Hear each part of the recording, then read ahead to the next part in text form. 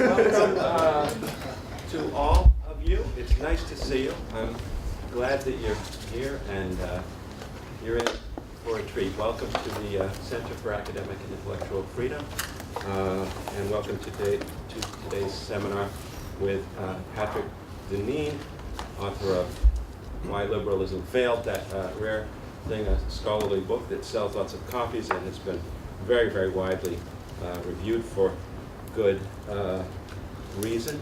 I hope everyone will get a chance to speak today. If you have questions and comments, please join in. That's what this is for.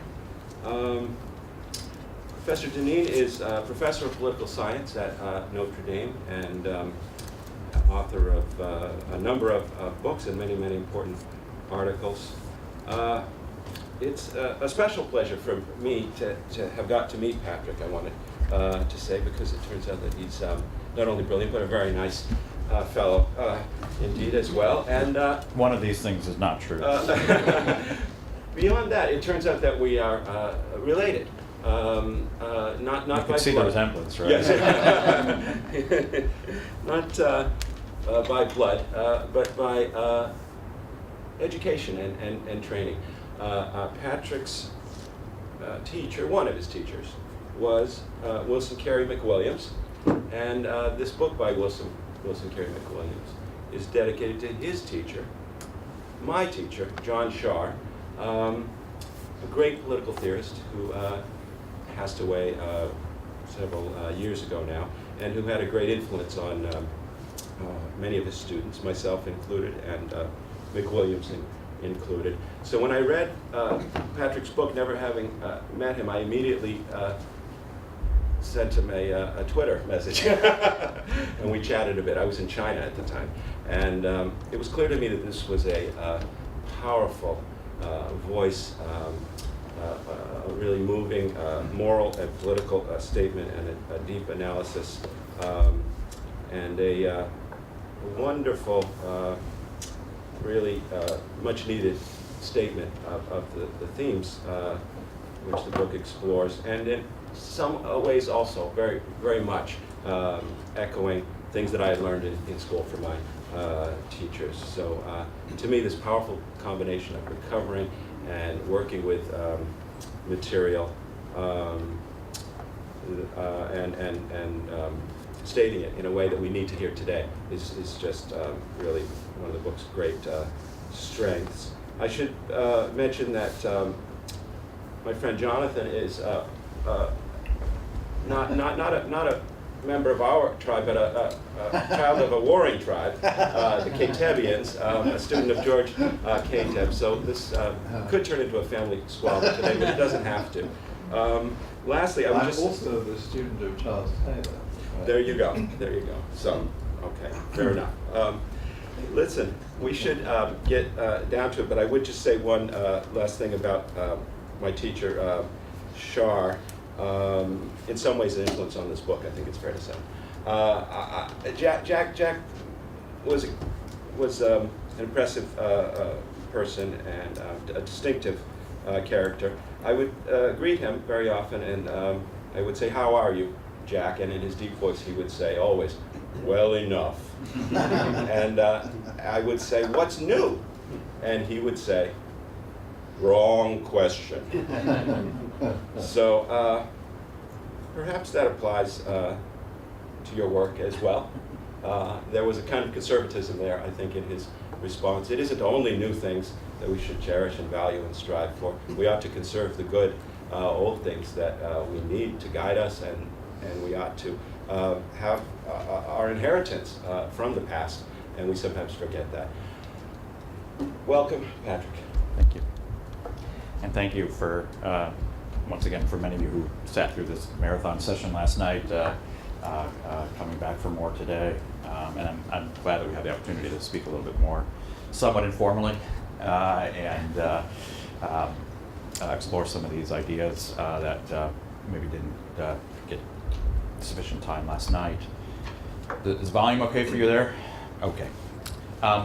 Well, actually, let me just say first, just a word. I actually never met, much to my regret, never met Jack Shar, and yet reading his work, it is like reading the writings of a grandfather you might not have met. I very much recognize so many of the themes and ideas and even some of the turns of phrase of the teacher who so deeply influenced me, Wilson Carey McWilliams. And I probably feel a bit about him the way that Gabriel feels about Shar. I miss him very much. I miss his voice very much. I'd very much like to know what he would have to say about this moment. But more than anything, I regret that many of you will never have gotten to meet him and to have had the opportunity to have heard from him, because he was, and speaking of Wilson Carey McWilliams, was one of the, I guess he was one of the figures I would say who's, we were saying at dinner last night that during our time at Princeton, Professor Allen and myself, that we would often notice the distance between certain philosophical claims of some of our teachers and colleagues and the way in which they lived their lives. So many of the people who were ardent fans of participatory or deliberative democracy tended to be somewhat despotic in the ways they operated their classrooms. McWilliams, and for that matter, in an interesting way, George Kateb, whose name was also just mentioned, I think had a kind of integrity of, in the fullest sense of that word. The philosophy that they held, it was in many ways also lived. George Kateb, a man who I deeply respect, a former colleague at Princeton, was fiercely independent and fearless in his willingness to object to nearly anyone who walked into the door if he detected a whiff of hypocrisy or insincerity or intellectual shortcutting. And he was a very much respected and much missed colleague from my time at Princeton. And Wilson Carey McWilliams wrote a lot about, his book is about fraternity. I realize that word is maybe not as fashionable today as it may have been some time ago, but it's really a book about community. It's a book about, in many of the themes, of course, that I talk about as well, what follows from the observation that we're political and social animals and what kind of political and social order should follow from that. And that was a way that he lived his life and certainly taught as well. And he provided not only an intellectual model, but a kind of a model for, I think, for that I would hope that many teachers would aspire to, which is the idea that you try to create an intellectual community. And at least what I've seen in this brief time that I've been here, maybe it's not like this every day, but it certainly seems like you're working on fostering that. So my gratitude for that. Gabriel, Professor Brahm suggested I might offer some introductory remarks, and I said, why don't I do two things? I'll talk about a little bit about some of the reasons I wrote the book, and then some of the responses that I found to be, the most challenging and in some ways difficult to answer, and I still think about. I think I began last night, the lecture last night, basically talking about a main reason for writing the book, which is, and I think it's at the heart of a lot of what political theory understands itself to be doing, the discipline and even the tradition of political theory, which is the effort to make visible the water that we swim in. I would say this is, you could call this a kind of Socratic undertaking, right? That Socratic effort to, and go back to the image that Socrates uses in, at least as Plato tells it, in his book 7, beginning of book 7 in Plato's Republic, and talking about describing how most human beings in some senses are raised in a cave and don't realize that they're raised in a cave. If you're so fortunate, or perhaps unfortunate, maybe somebody will liberate you from the chains that shield you from the fact that you've been raised in a cave, and you'll be brought up through the kind of pain and agony of recognition into some increasingly enlightened state, a condition that he describes as being brought out of the cave into the sunlit lands, and the pain that one experiences. Like, imagine here in northern Michigan if you saw the sun and how painful that would be for your eyes. Every one of the students that I've ever taught, and this is now 25 years, Princeton, Georgetown, and Notre Dame, every one of them says, I recognize this entirely, and thank God I was the one who was freed from the cave. everyone who reads it instantly regards themselves as, I am the exception who does not live in a cave, and how sad it is that everyone else lives in a cave. And in some ways you could say this is one of the greatest challenges within a liberal society, is that this is a society in which we all, to some extent, some considerable extent, hold the view that we are self-making human beings. That we are, as I said last night, we're the sum, who we are is the sum of our choices and our self-shaping. So we live in a kind of paradoxical cave, in a way, in which the fact that we understand ourselves as self-making is in fact shaped by the deepest presuppositions of our regime.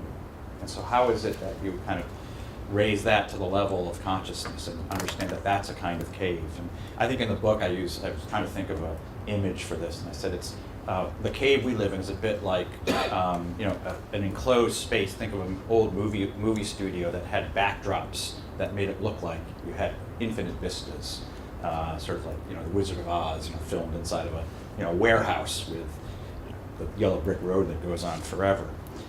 So part of the reason for the book was the hope to raise to the level of consciousness the ways that every political regime shapes its citizenry. And I think this is a very Aristotelian observation. Every order of human ordering, every form of human ordering, has a profound ability in shaping the kinds of people that we are. And you recognize this. You recognize this when you travel. Professor here from Poland would instantly be able to tell you the many odd and strange things about living in America that are very different than living in Poland. And you tend to recognize certain features of what it is to be an American, being wherever you happen to be from. You especially recognize that when you travel and you see other Americans, you can instantly pick them out of the crowd, or you dress in a certain way, or you hold your head in a certain way. You can really recognize people. When you're in the place, it's not as easy to recognize that.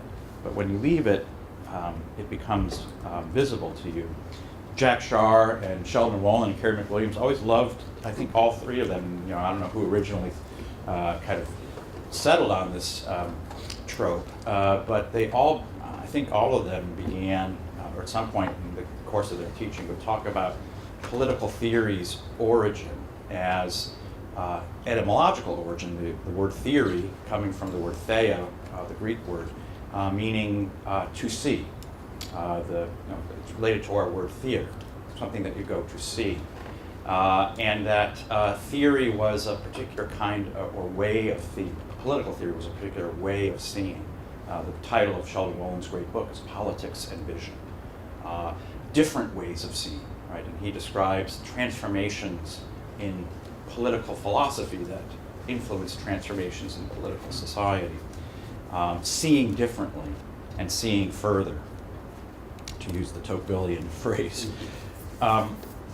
And that political theory in some ways begins from, you could say it begins in its origins in this experience of comparing one's way of life with a different way of life, right? And so it begins in a way as a kind of exercise of comparative political science.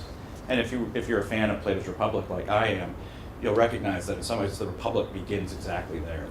Socrates, the first word of the Republic is kataben, which means I went down. I went down to the Piraeus.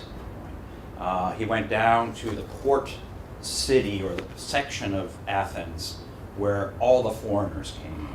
And he went there in order to see a religious ceremony of lots of different cities that had come through that port and were celebrating different religions, different gods. And the very opening of the Republic, Socrates says, the Athenian procession was quite magnificent, but the Thracian one might have been even better. And the Thracians worshiped different gods. Right? Athens, the goddess of Athens was Athena. The Thracians had their own gods, and they had their own ways of doing things. So for Socrates to begin that book by saying, I recognize that there are other ways of doing things, and some of those ways of doing things might even be better than our way of doing things, is the beginning of that journey of seeing differently.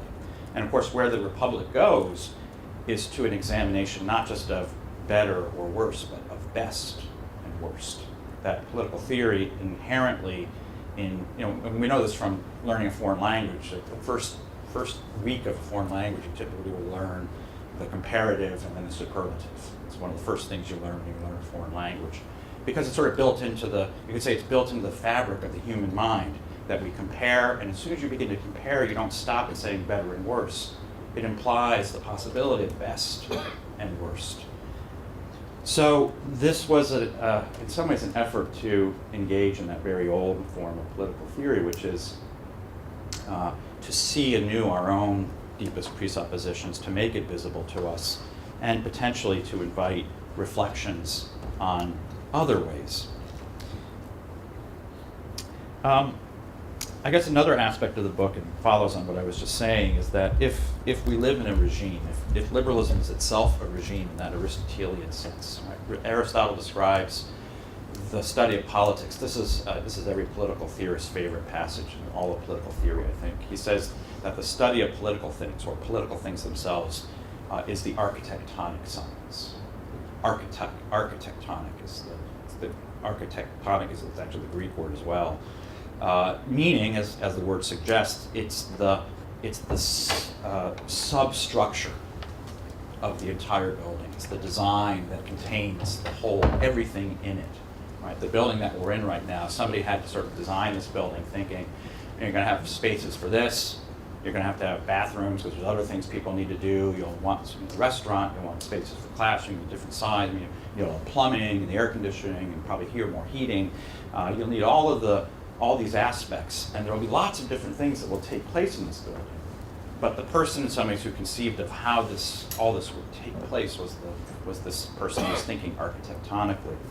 And Aristotle goes on to say that all of the other sort of disciplines of the human sciences are subordinate to this architectonic science.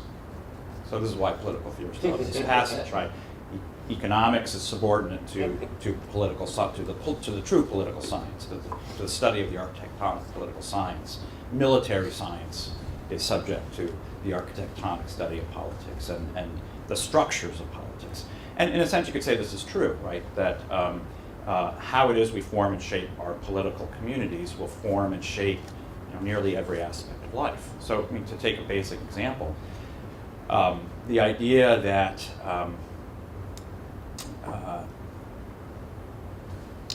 you could say even the idea that the economic order has an autonomous place in a liberal society is actually a consequence of liberal political philosophy and liberal political order. Its autonomy is in fact subject to or shaped by this architectonic political science, its relative autonomy in some ways. And we could talk about lots of ways in which how the political order shapes all of the rest of the order. And the kind of the most dramatic way in which this is true is that it shapes, in just the way I was suggesting, it shapes parts of our order that we don't typically think about as political. And this is why I use the word regime, which is the word we usually use to say something that we're trying to overturn. We want regime change. But the idea of regime, it's a translation, it's one way to translate the title of the Republic, politeia, which means sometimes Republic was one of the worst words you could use to translate politeia. Politeia means the political order. The better translation might be a word like regime. It could also be translated as constitution, the Constitution, if we understood Constitution as this kind of comprehensive ordering of society. So among other things, you get in Book 2 of the Republic, one of the first discussions is what it is you'll want to teach children in order to have them be good human beings, right? Good citizens and good human beings. And there are certain lessons you'll want to teach them, and there are certain books and ideas you won't want them to expose them to. And then Socrates goes into a lengthy sort of disquisition on excising certain passages from Homer's Iliad and Homer's Odyssey. There's certain sentences you ought not to expose children to, because this will deform their souls. Right? So the very beginning of the politeia, the Constitution, is how you're going to constitute the human soul in terms of what you expose the human soul to in their youngest formation. These are things we tend to think about as maybe public, maybe political, but maybe private.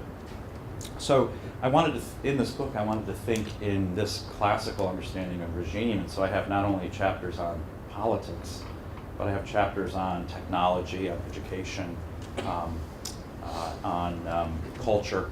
I wanted to try to think about the ways that liberal order shapes these aspects of life. And then the third thing I think I wanted to accomplish, which has been much commented on by many reviewers, and much debated by many friends and many people in lots of different venues, is my argument that there's basically a kind of a deeper continuum and relationship and even causality between what we have typically thought about as liberal and conservative worldviews, certainly in the American context.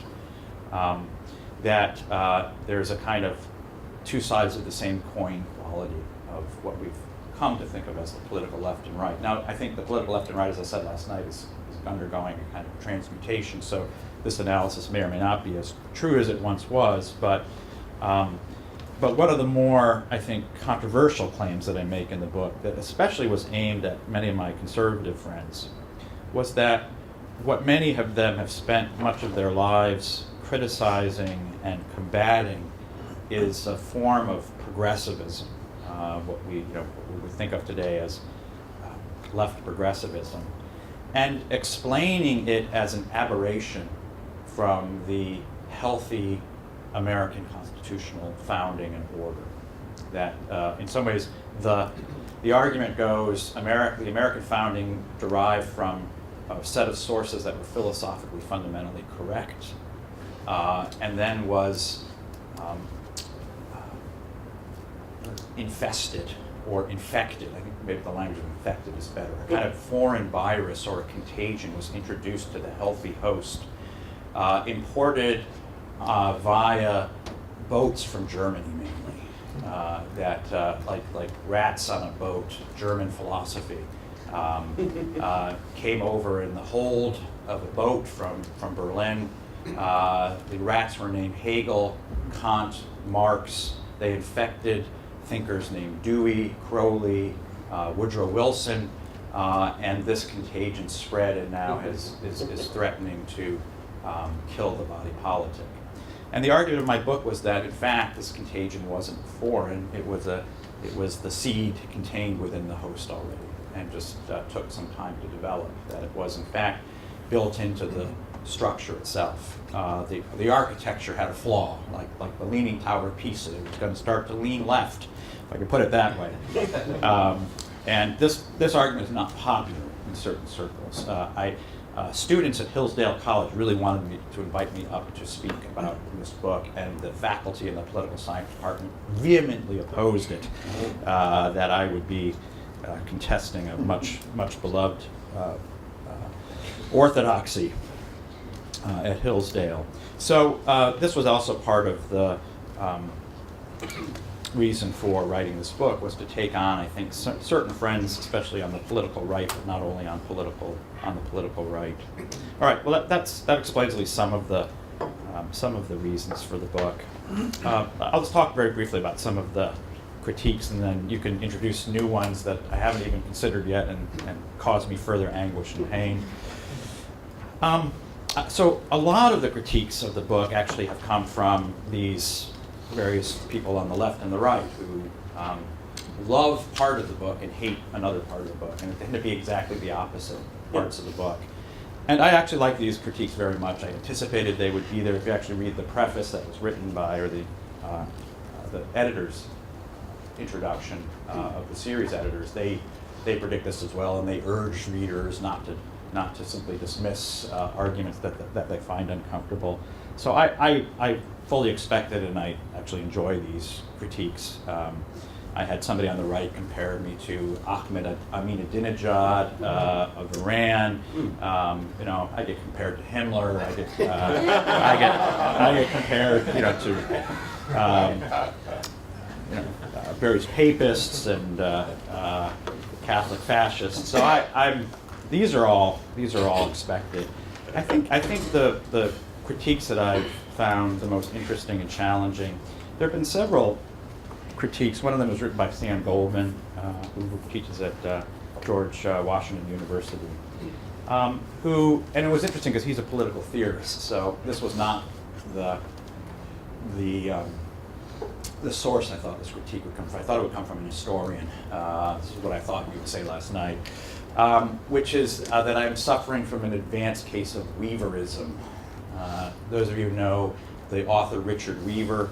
Richard Weaver was a mid-century, late 20th century author who wrote an important book called Ideas Have Consequences. And in this book, Weaver argued that all of the ills of the contemporary world are due to the writings of William of Ockham. And that if William of Ockham had never written a word, all would be well. But William of Ockham introduced the sort of theology and philosophy of nominalism, the idea that there was no objective reality or truth, but rather everything was simply kind of a result of our construction of meaning. The word itself, nominalism, meaning that we give things names, and by giving things names, we give them meaning, and sort of we define their meaning. And so Weaverism, well, this book is actually really should be on your reading list. It's a very powerful critique of this strain of thinking. Thomas Hobbes and John Locke are nominalists in one form or another, so this has very old roots. But Weaver's argument has been often accused of being this kind of intellectual, having this quality of intellectual determinism, that once you think an idea and it becomes sort of acted on in the world, it has this kind of inevitability. And that's certainly a part of the story that I tell. There's a kind of a powerful outworking, a logical outworking of a certain set of ideas. And on the one hand, I'll stand by my argument to this extent that in the book I suggest that liberalism is among the world's first isms. It's we use this suffix frequently to describe politics today. This is an ism, progressivism, conservatism.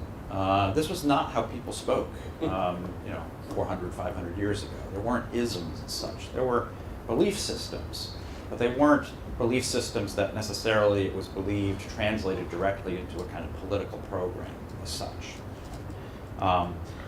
It's always striking to me that Edmund Burke is the first creator, is arguably the creator of conservatism, which is in a way the death of anything conservative.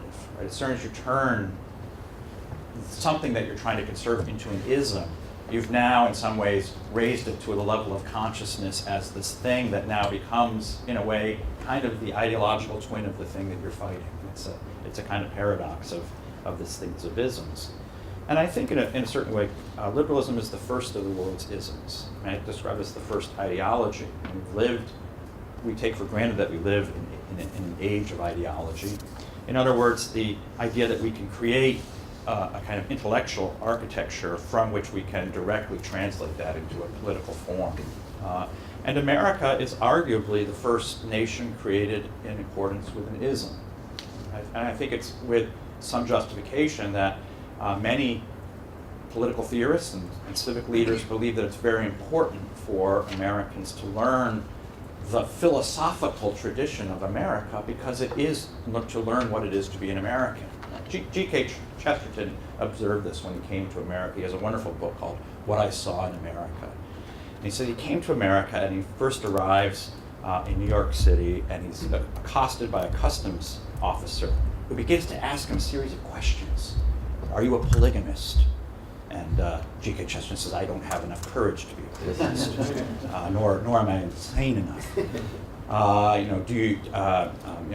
Ask him a series of challenging questions. Are you an anarchist? He says, no, I'm not organized enough to be an anarchist. And then they ask the question, do you intend the overthrow of the United States? To which he says, I was tempted to answer this question. I will answer this question at the end of my trip, rather than at the beginning. But he thought better of it, and he said, no, not at the moment, and they let him in. And he was reflecting on this. He was reflecting on this moment, and he realized that Americans are very, they're very hawkish about whether or not you subscribe to this phenomenon called Americanism. And this is where he has the famous line, "America is the nation with the soul of a church." It's a very famous line from Chesterton. America is the nation with the soul of a church. And many people who quote that line don't understand what he was meaning. They tend to think it means Americans are very religious. No, what he meant is that America has a creed. America is a nation founded by a creed. And he goes on to describe that creed as arising from the Declaration of Independence, describes it with some accuracy. And then he says, no one in their right mind would ever think of challenging an Englishman. Do you sufficiently hold the English creed? Or challenging a Frenchman, do you sufficiently hold the French creed? If you're French, you're French. If you're English, you're English. And there's no mistaking the matter. So I would say that to this challenge that ideas have consequences, I think that it may or may not be the case that political philosophy always translates into certain kinds of political practice. But I do think liberalism inaugurated an age of ideology, in which we can include certainly communism as one of those, that introduces a way of thinking about politics and political theory as a kind of program, as having a direct translation into a program for politics. A second critique that I frequently confront is, am I criticizing liberalism, or am I criticizing something more broadly that we might describe as modernity? And I think that was a question that came up last night.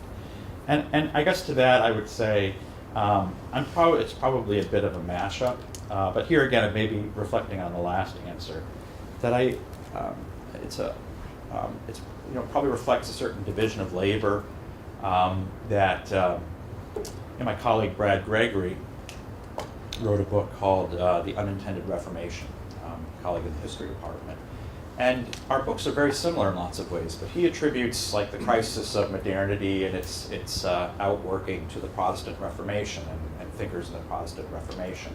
Others would look at developments in economics. Others would look at different aspects of this.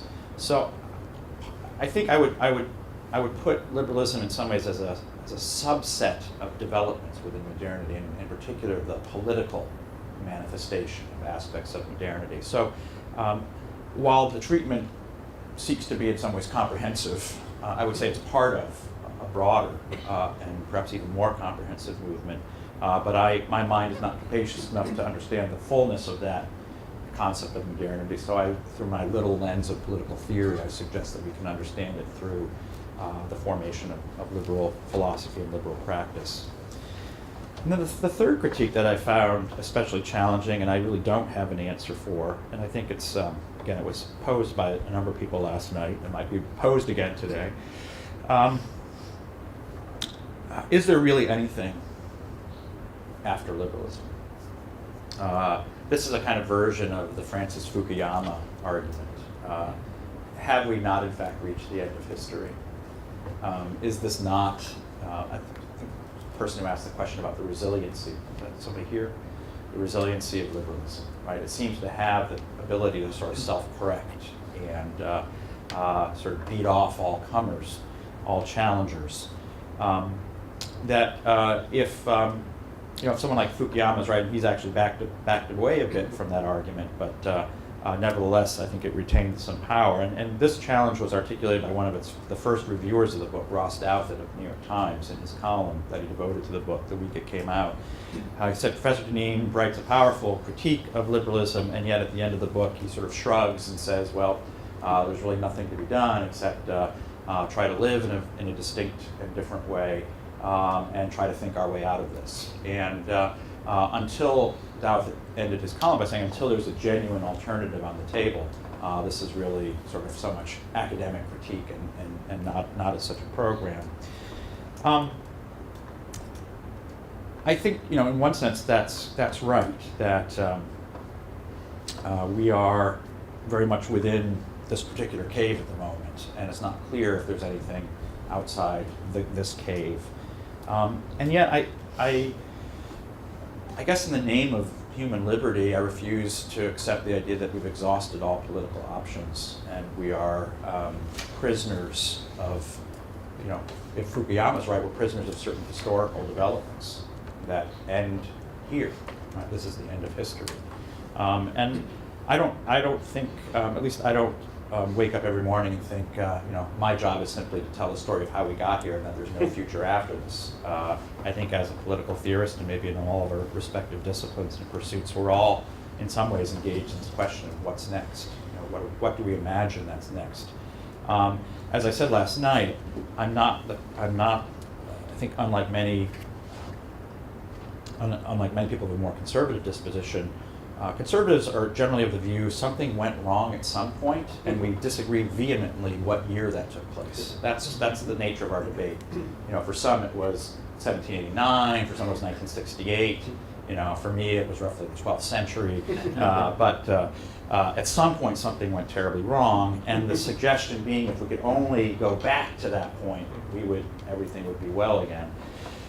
I actually think that's actually not the correct way to look at it.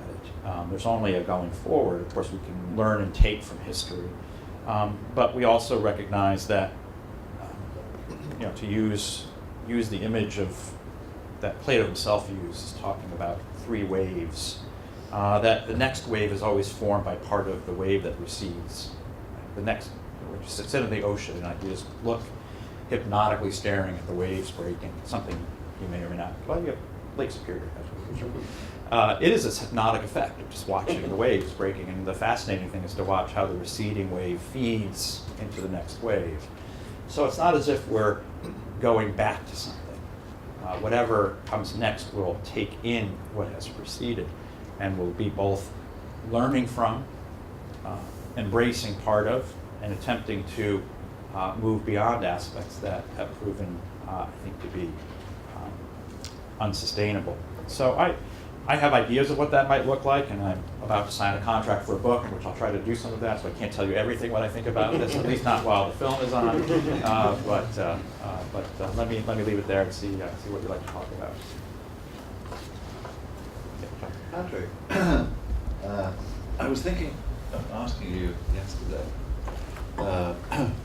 when the sequel was going to come out, right? That the sequel that I wanted in relation to the question that I asked you last night was about, given the way that you characterize liberalism so bleakly, and in my view, thoroughly mischaracterized, how do you explain how it secured support in the first place? How did it launch, right? If it was simply encouraging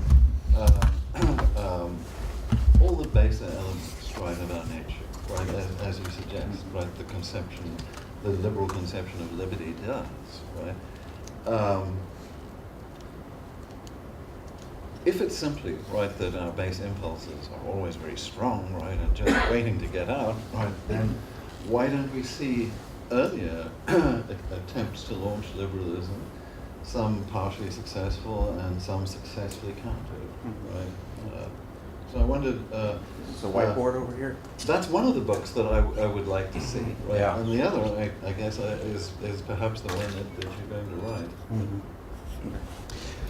May I use the whiteboard? I want to give I'm going to answer this by summarizing my political theory 101 class, history of political thought. And I teach this class, and this will be a book someday, but I don't think a trade publisher will want to do this. But I think that liberalism launches because it speaks to something true about our nature. It couldn't launch if it didn't speak to something true about our nature. I've thought in trying to offer to freshman students a way of thinking about the history of political thought. I've come across a way of describing contesting understandings of human nature. And I think all of political theory is really about contesting understandings of human nature. And what I've come to, I say, my students pay roughly $75,000 a year, so we'll add that up to about $300,000. And I said, I'm going to give you nearly all of your tuition by giving you this Venn diagram of these three circles. and this is human nature. So you now have about $250,000 worth of your tuition. This is the classical understanding of human nature, which is that you have the sort of beastly, this is just pure, Aristotle 101, the human and the divine at some level. And that human beings, in the classical understanding, were this mixture of the divine, having these divine qualities, and the lower part of our nature. And if you read Plato, you read Aristotle, or you read many of the thinkers of Judaism, of Christianity, what you'll see is this repeated over and over again.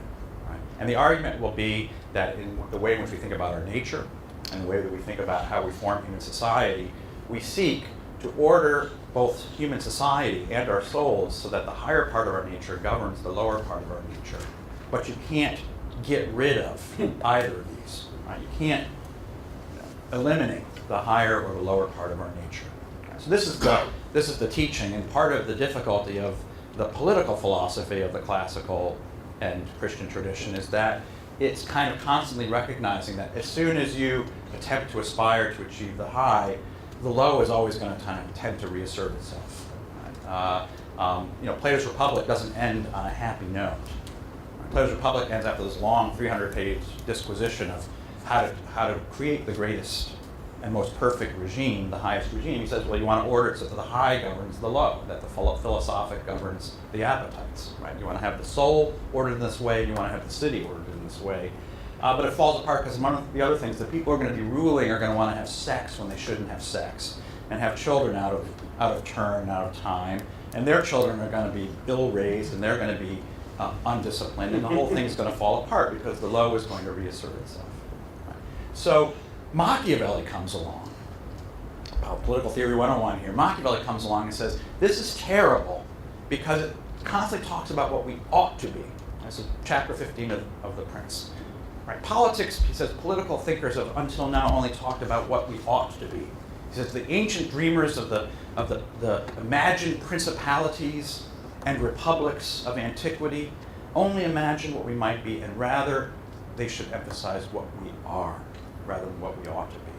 And so what I propose is that what modern political philosophy, and I think the precursor to liberalism did, was to say, we need to draw a line right down the center of this and say, this is what our nature is. This is what we are. We are fundamentally driven by self-interest, right? This is what's true about our nature. This is what we know to be true, and we build a politics based upon this understanding of ourselves. And again, if you think about it, now think about this in terms of the American founding, for example. In Federalist 10, the most famous of the Federalist Papers, James Madison writes that we could choose to build a society based upon the idea that we should try to educate people to have certain kinds of moral motives. Platonic statesmen will not always be available to us. And what he argues is that moral and religious motives cannot be relied upon. It's an actual phrase from Federalist 10. Moral and religious motives cannot be relied upon. You build a politics based upon the assumption of self-interest. Now, this is true. Right? This is completely in comportment and in agreement with the long classical tradition. You could say that liberalism gets launched because it speaks to something true. But the interesting thing is that liberalism also recognizes that this is untrue. Because liberalism reacts against this, or a portion of liberalism says this is not true. In fact, this is so not true that we can imagine a politics in which we eliminate this completely. So if Machiavelli moved in this direction, you could say figures like, interestingly, John Stuart Mill, Karl Marx, Hegel, argue that this is what's true about human nature. Everything from this line above, that if we can create a society that shapes our laws and our economics to eliminate self-interest, then we're in John Lennon's world. Imagine all the people. Then we can create a polity that allows us to transcend our self-interest, right? No longer desiring our own property, no longer favoring our own children, our own families, no longer having our own nation. So all this is to say, I think it launches because it speaks to something true, but one of the reasons it's been so fundamentally unstable, and I think why that instability is revealing itself, is that it's also, in some senses, deeply false to the entirety of our nature. So, Suppose that the picture that you've just drawn, Yes. Patrick, was never actually very compelling, right? It was never compelling. And that the problem is, and I think it's present in Plato. what was never compelling? The three circles. Yes, I mean the idea that these are three discrete elements, right, of human nature, rather than always intermingled, Yes. right, in some. Oh no, I relation. think that's exactly what I'm suggesting. They're always Okay, but in intermingled. that case, right, then the story I think that you might tell would be rather different, right? For example, that perhaps not in the case of Machiavelli, right, but in the case of figures influenced by the Reformation, right, the thought is, right, that our so-called lower desires, right, are in fact divine, right? we can glorify God, right, in any activity that we do. I'm talking about what Taylor calls the affirmation of ordinary life, right, as one of the legacies of the Reformation that moved into into liberalism, rather than the unleashing or encouraging or capitulating, right, to our base instinct. Yeah, I mean, I'll give a shout out to the Reformation in the following way, that one of the things that I think the Reformation really corrected, what I think had become a deep flaw in the sort of governing structure and practices of Catholicism, was the loss of sense of vocation in everyday life. And I think this is one of the great contributions. The reservation of it to the spiritual, the Yeah, higher. yeah. In other words, that in the activity of the various forms of work that we undertake, can be the work of hands, the work of mind, the work of home. In all of these activities, there's a certain, understood and practiced in a certain way, there's a kind of holiness, a potential kind of calling, right? And I think this was one of the great correctives of the Reformation.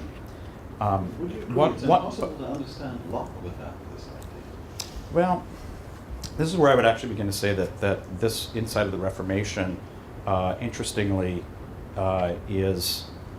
begins to break down in new ways, and in particular, you have a new division of the spiritual and the material, and I think in part it's reflected. It's reflected in the understanding of the material world as stuff for our manipulation and use. Right? I think this is in some ways a kind of odd consequence of one aspect of the Reformation. I think you can't understand Francis Bacon, for example, without this, who I attribute and I regard as a kind of proto-liberal thinker. The transformation of an understanding of nature. I'm going to sound Heideggerian here, but as stuff for our use and manipulation. Now Bacon, to be fair, Bacon, of course, he argues that we seek to understand the world because it is in some ways the way in which we come to know the mind of God. That science has this kind of sacred dimension, and this is the way in which we come to know the mind of God. But that, in some senses, that the created world is an object for our use and ultimately for the to be oriented toward and for us to manipulate in such a way that we might actually come to make ourselves into gods. He makes the argument, among other things, that if we properly understand and then use the stuff of the world, we can actually reverse the condition of the human fall. So in an interesting way, the kind of vocational aspect of science goes from being, we have the material stuff of the world, which then allows us to transcend the material world and become divine. So there's this interesting way in which, even in Bacon's thinking, there's a kind of a fragmenting of this more integrated understanding of this mixed nature of human beings. Okay. Well, I guess I'm not sure what Bacon really has to do with liberalism. He has plenty to do with scientism, right? But in Locke's case, I mean, I'm really puzzled by it. I'm surprised to find myself, right, defending Locke, because I'm not much of an admirer, right, of him. But there's no mention, right, of the fact that in his picture of this state of nature, we are under the law of nature, which is promulgated by God, which requires us to preserve not just ourselves and do whatever we see fit in that regard, but to preserve mankind. And it's impossible to understand Locke's individualism, right, without the thought that each of us is the property of God, right, and are answerable, right, for what we do, right, in our lives, and for our use, right, of nature, our stewardship, right, to God, right. That seems to me to be really rather different, right, from a kind of Promethean, right, Baconian, and silly understanding of science, right, as mastery of nature, right, was the elimination of nature. I mean, that's just not really a plausible description of what science does. Anyway. Well, if you're not following the transhumanist developments, maybe that's just silly too. It's crazy. It is crazy, but it might be. Science Let me just answer briefly though, without getting too much into the weeds. But I actually think that I think it's a misunderstanding fundamentally to see Locke as a great articulator of the classical natural law tradition. In fact, I think what Locke engages in is a kind of extraordinary kind of sleight of hand of using that very old language of the law of nature and redefining it in the process of doing so. Right? And you just described the two aspects of the law of nature that he describes: self-preservation and the preservation of others, up to the point where that comes into conflict with law of nature number one. He's quite explicit about that. You seek to preserve the lives of others to the extent, and only to the extent, that they may seek to threaten your life, that your self-preservation is always paramount. And then in his description of the state of nature, what he proceeds to describe, here's the interesting question, of course, is that here's the question about why does liberalism get launched in some ways. If the state of nature is as he describes it, why would we ever leave the state of nature? What would ever be the reason we would leave the state of nature if it is in fact so generous and charitable that everyone is taking care of myself and each other? Of course, he recognizes there are inconveniences in the state of nature, and those inconveniences begin as maybe little disagreements that become, as we know, you have roommates, right? Become feuds, which become hatred, which become outright violent conflict, and there's no one to settle this, right? You need the RA, or you need ultimately some kind of judge and jury to intervene. The state of nature very quickly becomes a state of war, and in this sense, the first directive of the law of nature, self-preservation, is the fundamental operative law of nature. Now, this is a very different natural law than you'll find in the likes of Aquinas and so forth. It's it's ultimately a Hobbesian law of nature. And in this sense, I think this is why a figure like Hobbes or figures like Bacon, I think, are actually instrumental in understanding liberalism, because these are in some ways the architects of what becomes the political philosophy. This is where maybe we have to speak more broadly about modernity.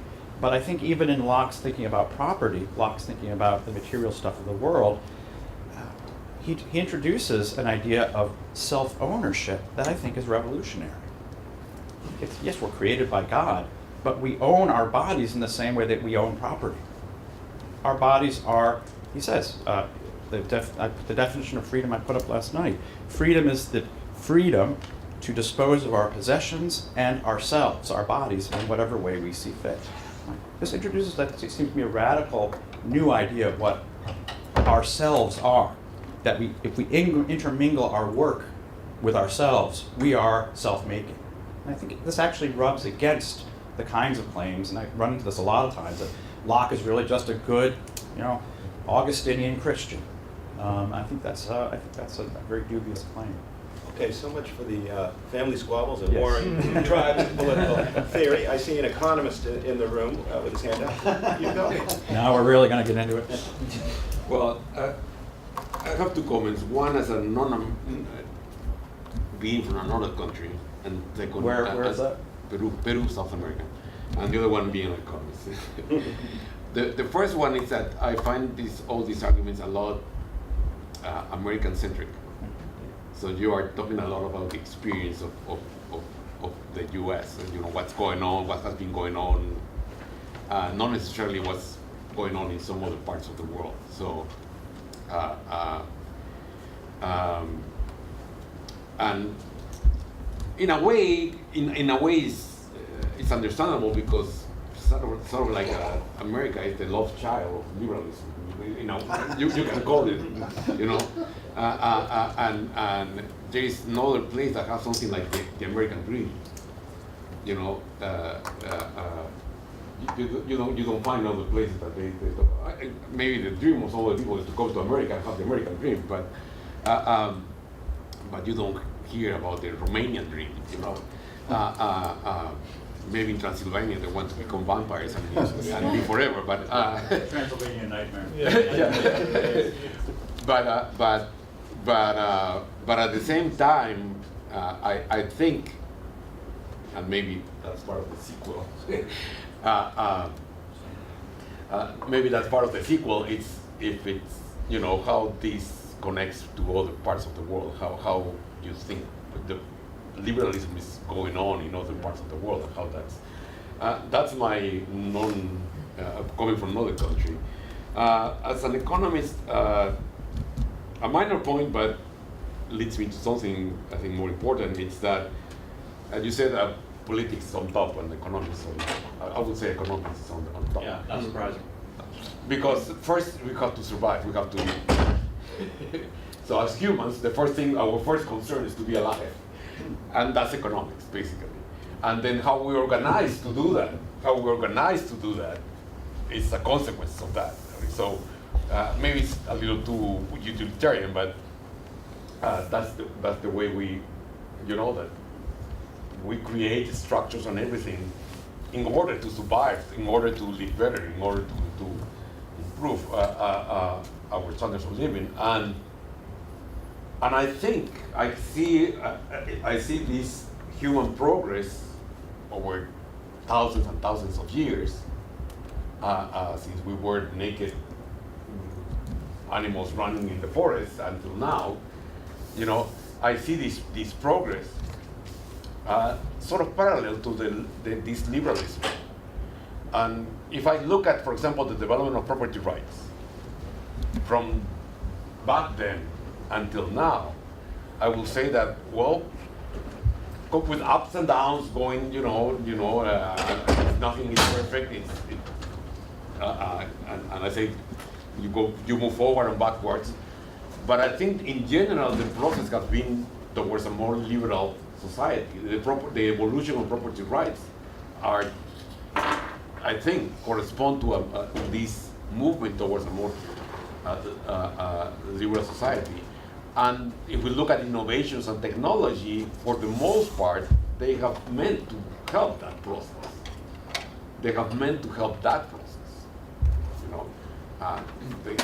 Reducing the limits of communication, transportation, different things. They have moved in that direction. So when you discuss this idea that at some point in human history we decide to move towards liberalism, my question is, we were not from the beginning going in this direction, and we're going to continue with ups and downs and going back, one step forward, two backwards, but we're in that general direction. So that's a different story than at some point we decided to leave the past and move towards liberalism, and that's failing now. And I agree with some of the tools that we have used, even property rights and technology, could backfire, at certain points. But I will say that, liberalism is not the whole human history. So to your first question, I wrote this book really quite self-consciously to be for Americans, and most of its examples and references are to American phenomena. I spent some time in some of the chapters talking about arguments among the founding fathers, some that was mentioned, when I signed the contract with Yale University Press, there was some clause in there about translation rights, and I ignored that because no book I've ever written, and I assume no book I ever would write would ever be translated. This book is or has or is to be translated into 14 languages, and the first language in which the book has appeared is Spanish. There is a Spanish language edition. I'll be spending a week in June in Chile, speaking to many different organizations who are very, very keen on having me come down to talk about. That's a perfect place to talk. Yeah, I know it is. But what's striking to me is that this book that I in no way, shape, or form intended for audiences outside of the United States has been picked up. Among the first reviews were reviews. I did a long interview. I actually had to do photos with a professional photographer on the campus of University of Chicago, which they thought was the better location, with a professional photographer who was writing along, who was authoring photos for a Danish newspaper. And it was like a bitterly cold day, so I still remember almost freezing to death because I couldn't have a hat on for these pictures. I was walking into the University of Chicago campus. I felt Alan Bloom's pain when he was being photographed for the closing American Mind. I don't understand this. I mean, I have to admit, I don't understand why this book is now being translated into 14 languages. And I'll be teaching in London next semester, and I'm being invited to give talks around Europe. I mean, I understand it, but I understand it to some extent, which is that certainly European countries today are undergoing their own crisis of liberalism, a kind of reaction against aspects of liberalism in the form of what we today call populism. I think countries like Poland, countries like Hungary are experimenting with different models of how to organize society that seems to push back against aspects of liberalism. So while my diagnosis and analysis was born of specifically a set of American phenomenon, I've been surprised, and I'm still trying to understand why this seems to be a global phenomenon, and interest in these arguments seem to have some international dimension. To some extent, America is a world hegemon, and so it's going to set a lot of the tone and norms for the rest of the world. And how those get manifested is going to differ. I mean, I had a question last night about Japan, and I didn't really want to get into those weeds, but one of the things worth noting is that the Japanese Constitution was written by the victors of World War II, and not to say that there aren't specific things about Japanese culture that I think we're seeing. But America is, in some sense, the new Rome. It calls the tune. I mean, the globalization of the world economy is largely being driven by American power, American resources. So I think it's if I wrote a book in which I describe why liberalism is failing using examples from the Czech Republic, it might not have had the same purchase as writing about the world's hegemony, and I think that's probably not mistaken.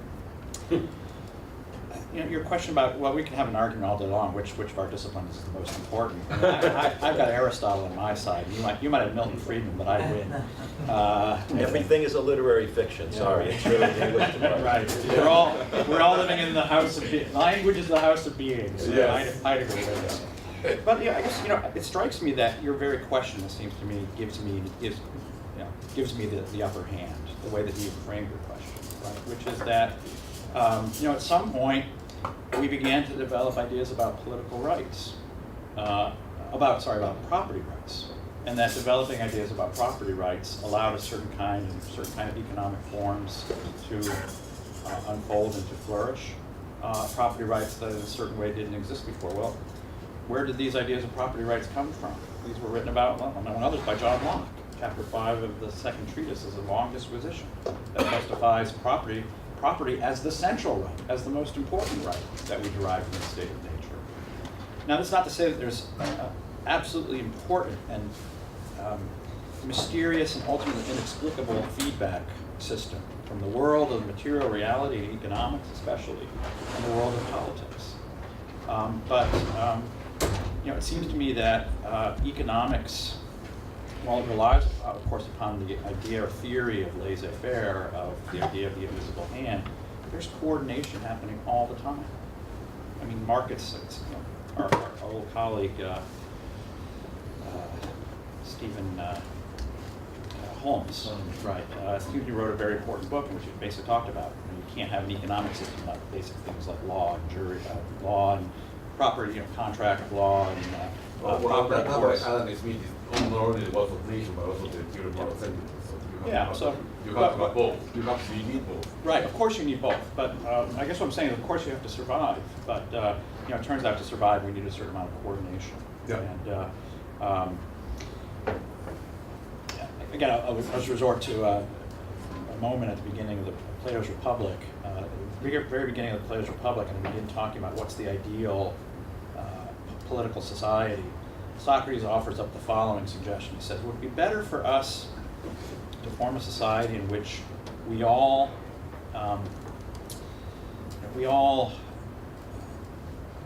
do the necessary work to survive on our own. So I'll build my house. We're Robinson Crusoe, basically. I'll build my house. I'll grow my crops. I'll sew my clothes, et cetera, et cetera. Or it'd be better if one of us built houses, and one of us made clothes, and one of us raised crops, and so forth. And his interlocutor said, well, yeah, the latter would be better. It would be much more efficient. But then very quickly it comes to be realized that this process, in this process, things won't work. Things won't work unless there comes to be someone whose job it is to think about how it all will work. That becomes necessary. This is why we're cursed with college administrators, among other reasons. Right? While universities are filled with Marxist professors, they are actually all working on a Smithian model, which is that we're all just working in our invisible hand silos, doing our thing, and we need somebody to sort of say, we need some kind of coordination. And I will never get rid of college administrators altogether. It seems to me that the fact of our survival is in some ways points to this architectonic aspect of politics, without denying the central importance, of course, of the economic realm. But the kind of economy we'll have will depend, it seems to me, very much on the way in which we conceive and shape that kind of ordering set of principles. And the last thing I'll say, that I mentioned his writings a little bit in passing in my book. I'm quite taken by arguments by Karl Polanyi in his book, The Great Transformation. Polanyi, it seems to me, makes a very powerful argument about the creation of the modern capitalist system as a kind of concerted effort, especially by various powerful elites in European society at a particular point in society, to reshape and reorder the economic system. So it was a political act, and the line in that book that always sticks in everyone's mind who reads that book is, quote, laissez-faire was planned. And it's a very powerful observation, that the idea of laissez-faire is itself the result of a set of processes that required a kind of political intervention that was very powerful and very dislocating, and that we're living with today. I see two questions over here, 1 and 2. Please tell us who you are and proceed. My name's Haley. I'm a social work and a French major here at Northern. I first want to say thank you for coming, because I think it's becoming increasingly difficult for people with different beliefs and different thought processes to sit down and have constructive conversations. So I was really happy to be invited to this seminar, so thank you. I have 2 questions. My first one, I kind of started thinking of last night at your talk. You talked about the liberty from siblings, children, family, is kind of creating a loss of community. And this could be in part due to liberation of women, the shift of their existence from the private to public sphere. And your suggestion to maybe reinstate this family idea would potentially require women to return, maybe not return, but reform a more homemaker role. And what are your thoughts on this? And then my other question, kind of a different direction, but last night you also mentioned that a rise in individuality causes a decline in connectivity. But do you think there's any merit that a rise in individuality is kind of causing this decline in connectivity? Yeah. Do you think there's any merit to the idea that maybe this rise in individual expression creates authenticity, which fosters authentic connection? If people, and for example, I'm going to use the LGBTQIA+ community, if people from communities like this have the ability to express themselves like never before, do you think that connections in these sort of communities could be, in fact, deeper and more authentic?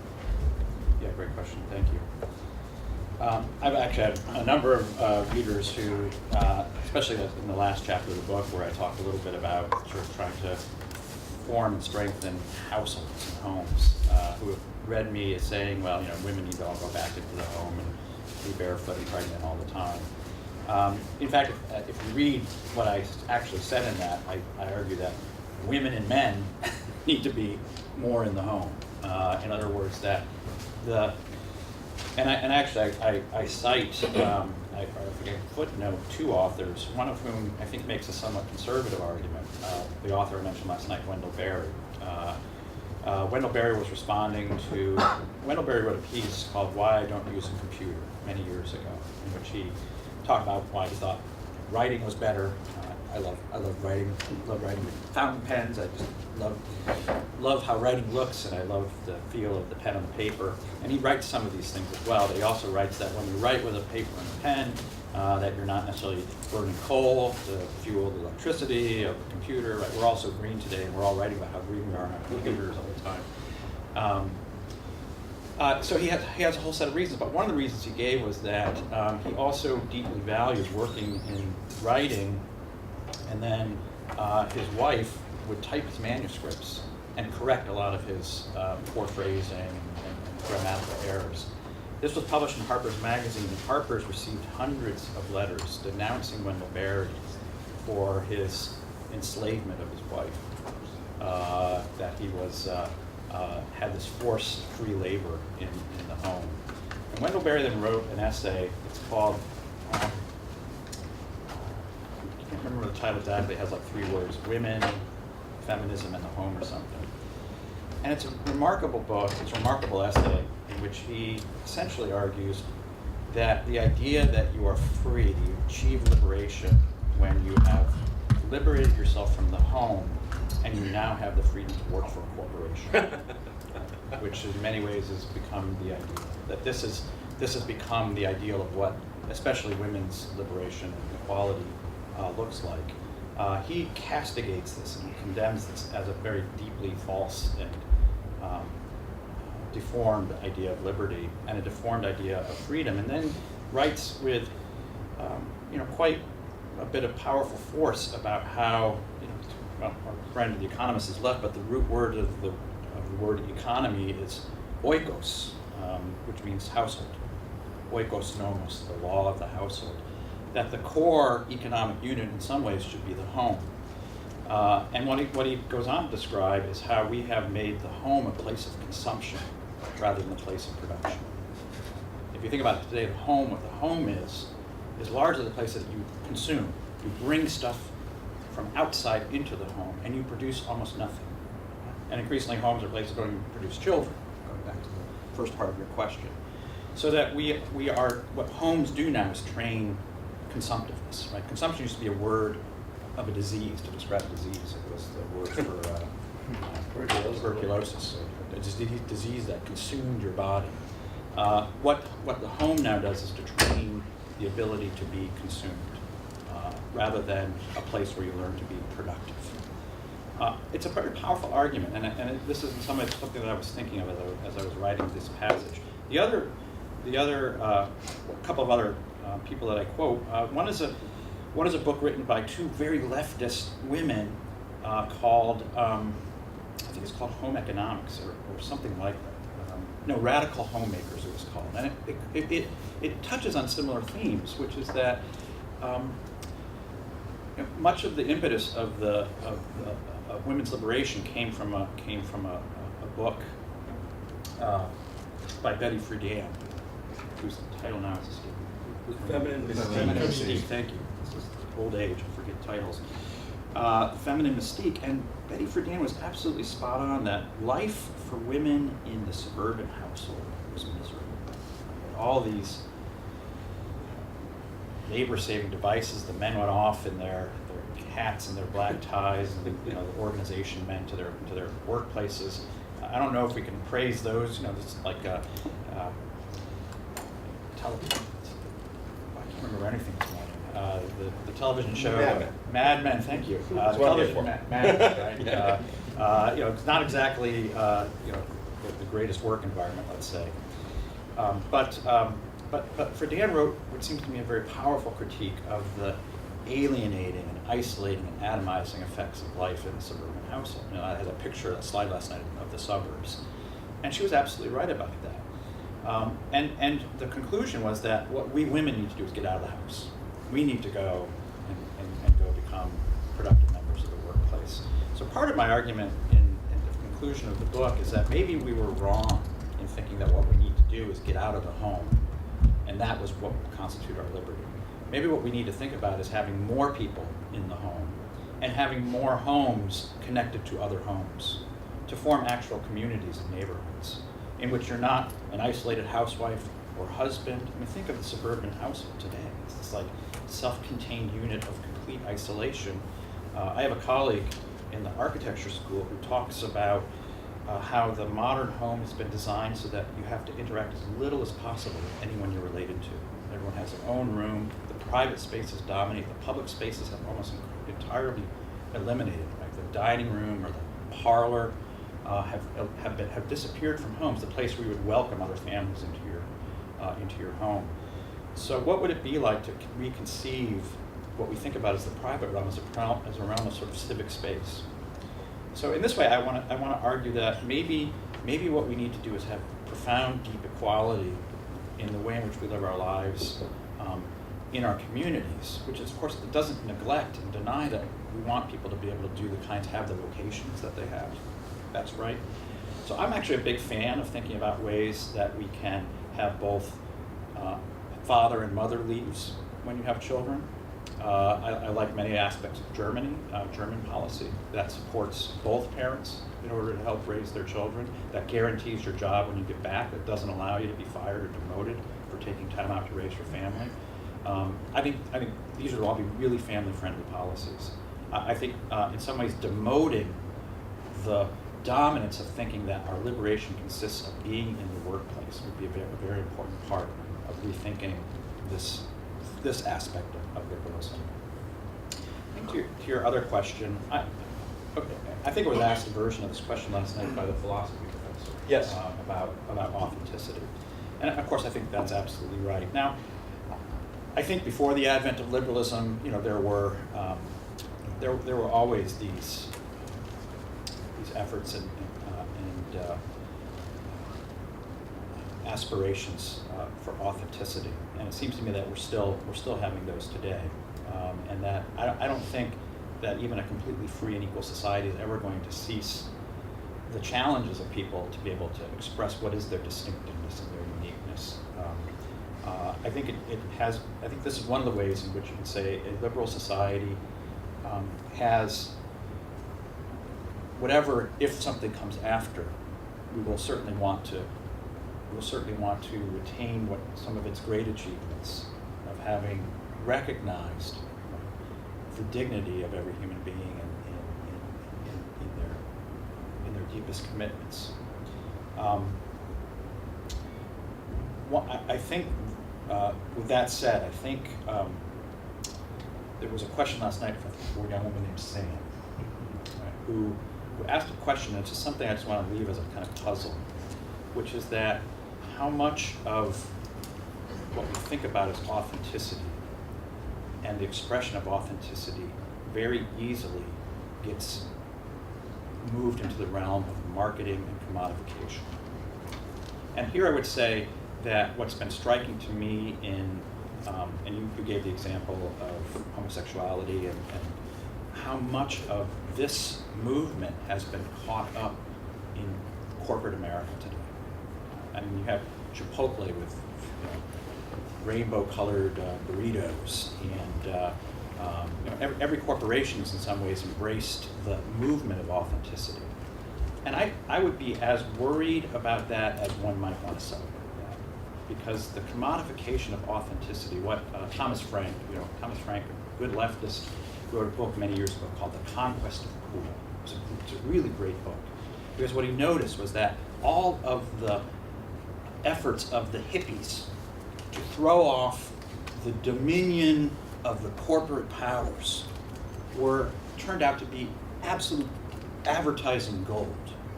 And if you think of advertising today, the entire marketing industry, it is entirely built on the sort of cool cynicism and disconnection.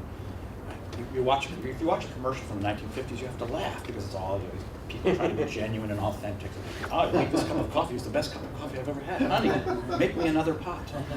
This is silly and ridiculous. We all know that we're cool and we're at a second removed from the product that we're advertising. And you know that you're in a cool advertisement when the thing that's being advertised turns out not to be the thing being advertised. I guess I would be very worried about the ways that the claims of authenticity, and I think you see this now in the way that the corporate world especially has embraced various forms of identity politics and packaged them now as commodities. How this form of authenticity very quickly can become almost a form of the further expansion of a kind of the capitalist and commodified form of authenticity, which is something you buy off the shelf. So on the one hand, I want to say, yes, that's an achievement, and yet how easily and quickly this can be in some ways deeply undermined. Haley, did you want to follow up? That's okay. We have time, Tim, for your question and response, and then we'll get our lunch and return to conversation over lunch. Tim? Yeah, so I want to just return to Plato's Republic for a moment, just because we've been kind of focusing on it today, and of course you echo it in the text so much. I don't think I've had a Plato Republic question since writing this book, so okay. I'm delighted. Okay. One thing that I kind of see this as not necessarily your, sort of scheme or treatise for developing a utopian polis that the Republic could potentially be seen as. But I think one thing that is kind of missing from whatever suggestions that you make for a renewed community or a, perhaps future polis is something that's brought up in, I think it's book 6 of the Republic, and that's this idea of a philosophos basileos, or literally a philosopher king. Book 7, yeah. Book 7, okay. So this is in the utopian polis that Socrates is formulating, someone who's of course in a position of power, is above sort of the beastly classes, has essentially a gold soul, right? And I'm wondering if you think that there is such a thing as a contemporary philosopher king, or if there ever could be, and if so, what that might look like. And if so, what one might look like, Yeah. or if there even is a need for them. Well, I read the Republic under the influence of the German scholar Leo Strauss, in the following way, at least, that I think the Republic is at least as much intended to teach us about to go back to my little circles there, to teach us about the limits of achieving utopia as it is about what that would look like. And I think in particular when he talks about the 3 waves that would be necessary to create the ideal regime, and those 3 waves are eliminating the difference between men and women. Men and women are equal. Eliminating, this is our project. I hear you. Right? Eliminating the family, the private family, especially and particularly among the ruling class, which is something else we're working on. So that you don't. So in other words, that you eliminate any grounds for private preferences, so that you eliminate the conflicts that inevitably arise when your public demands might interfere with the public demands of your office. And then finally, the call for a philosopher king. In other words, he calls for 3 things that turns out are very difficult to achieve, right? If not impossible. For all of our efforts, I think it's unlikely that we will ever make men and women entirely the same. I think it is unlikely that we will eliminate the family and the preferences that people will have for their children over other people's children. And I think it's very unlikely that we're likely to combine what he says, to combine the person with a truly philosophic mind and the capacity to govern. Right? I mean, think of the philosophers that you know. Would they make ideal political leaders? what Socrates, Plato are recognizing in this is that philosophers want to philosophize, and they don't want to be bogged down with debates over what width of sewer pipe you want to put in. And politicians want power. Now, ideally, I think what he's describing in part is that the people you want to pursue power, the people that you want in power are people who don't necessarily want to pursue it because it's power. That's certainly something that would be desirable. Does that describe our leadership class today? I'm not entirely sure.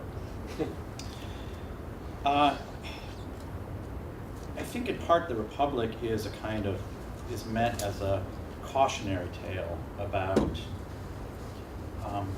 both the limits of politics, but then recognizing the limits of politics, what is possible, and what is the best possible politics we could imagine. And I think Plato, and I think Aristotle, and I think much of the classical tradition ended up with a conclusion that the best way to arrange politics was a recognition of the low side of ourselves, while leaving open ways to cultivate the higher parts of ourselves. And so they often called for what we would have come to think of as mixed regime, of combining different elements of society so that no element of society can dominate over another element of society, while contributing potential forms of wisdom. One thing I discussed yesterday in a podcast that we did was that in some ways I would like to see, when thinking about mixed regime, I would like to see if I could institute one reform at Notre Dame, and there are many reforms I could think of, but one reform I would like to introduce is that all of our students were required to take a trade class. In other words, to learn something in a trade, to learn how to wire electrical outlets, and maybe we'd have it be a Darwinian practice, how to lay some pipe, or in other words, that we live now in this one form of our division is the work of hands and the work of mind, and we have an economy today that prizes the work of mind, especially the symbolic analyst, while in many ways separating that part of our lives that relies upon those who work with their hands. So I think we should be as focused as many conservatives have been with defending the liberal arts, even in places where people are going to be doing the work of hands, but have been less attentive to introducing the work of hands in places where people will be working probably with facts and figures in finance, in law, in academia, and so forth. And I mean this in the following way, that there's a way in which when you engage, when you try to wire an electrical outlet, you either get it right or you get it wrong. If you get it wrong, you go very wrong. But reality has certain laws, and reality has certain limits and certain fundamental aspects to it that require certain kinds of practices and development of certain kinds of practices. And there's a way in which I think, to use a kind of Catholic theological term, our ruling class today lives lives of a kind of Gnosticism, a kind of disembodiedness, that you can, in some ways, live a life in which you have very little understanding of how the material world actually makes possible this more symbolic, analytic life that you're leading. Wendell Berry, who I've mentioned a few times, one of the things that I find most interesting about him, he achieved the dream of nearly every author or academic, which is that he grew up in Kentucky, went off to study, did some graduate work, creative writing at Stanford, and then got his first academic teaching position in New York City. And he lived there for 2 years, met his wife there, and then he left New York and returned to Kentucky because he said life was too simple in New York. He wanted to go somewhere where it was much more complicated. And so he bought a farm, and he's lived on that farm and farmed that farm for more or less his entire adult life. And he meant this in the following way, that when you live in New York City, the suggestion was, you are largely oblivious to all of the things that make possible life in New York City. largely taken from. You live the fruits of a world that has perfected the division of labor. Whereas when you live on a farm, every day of the week, you need to be an expert in agriculture, in animal veterinary, in carpentry, in weather prediction, in crop science, et cetera, et cetera, et cetera. In other words, you live a life that's complex because it requires a certain amount of integration. I think this is in some ways what the suggestion would be about this idea of a mixed regime, which would be, how is it that you can introduce this kind of complexity, which I think ultimately invites a kind of form of philosophic reflection that I would like to see as part of our ruling class, if you want to put it in these terms. The capacity to think about, more deeply about, the ways the different parts of our country, the different kinds of work, how these need to be thought about in a much more integrated way. Ultimately, I think that's the kind of philosopher king, if such a thing would look like. But I think we're a long way. We're no less a long way from that than what Plato proposed. So, the Greek word skole meant leisure.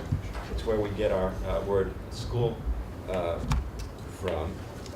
We now have time to get our lunch and return to our seats for leisurely conversation. And I want to thank now Professor Deneen for this part of the seminar. Much more to come. Thanks for your fresh articulation of this fertile material. Thank you.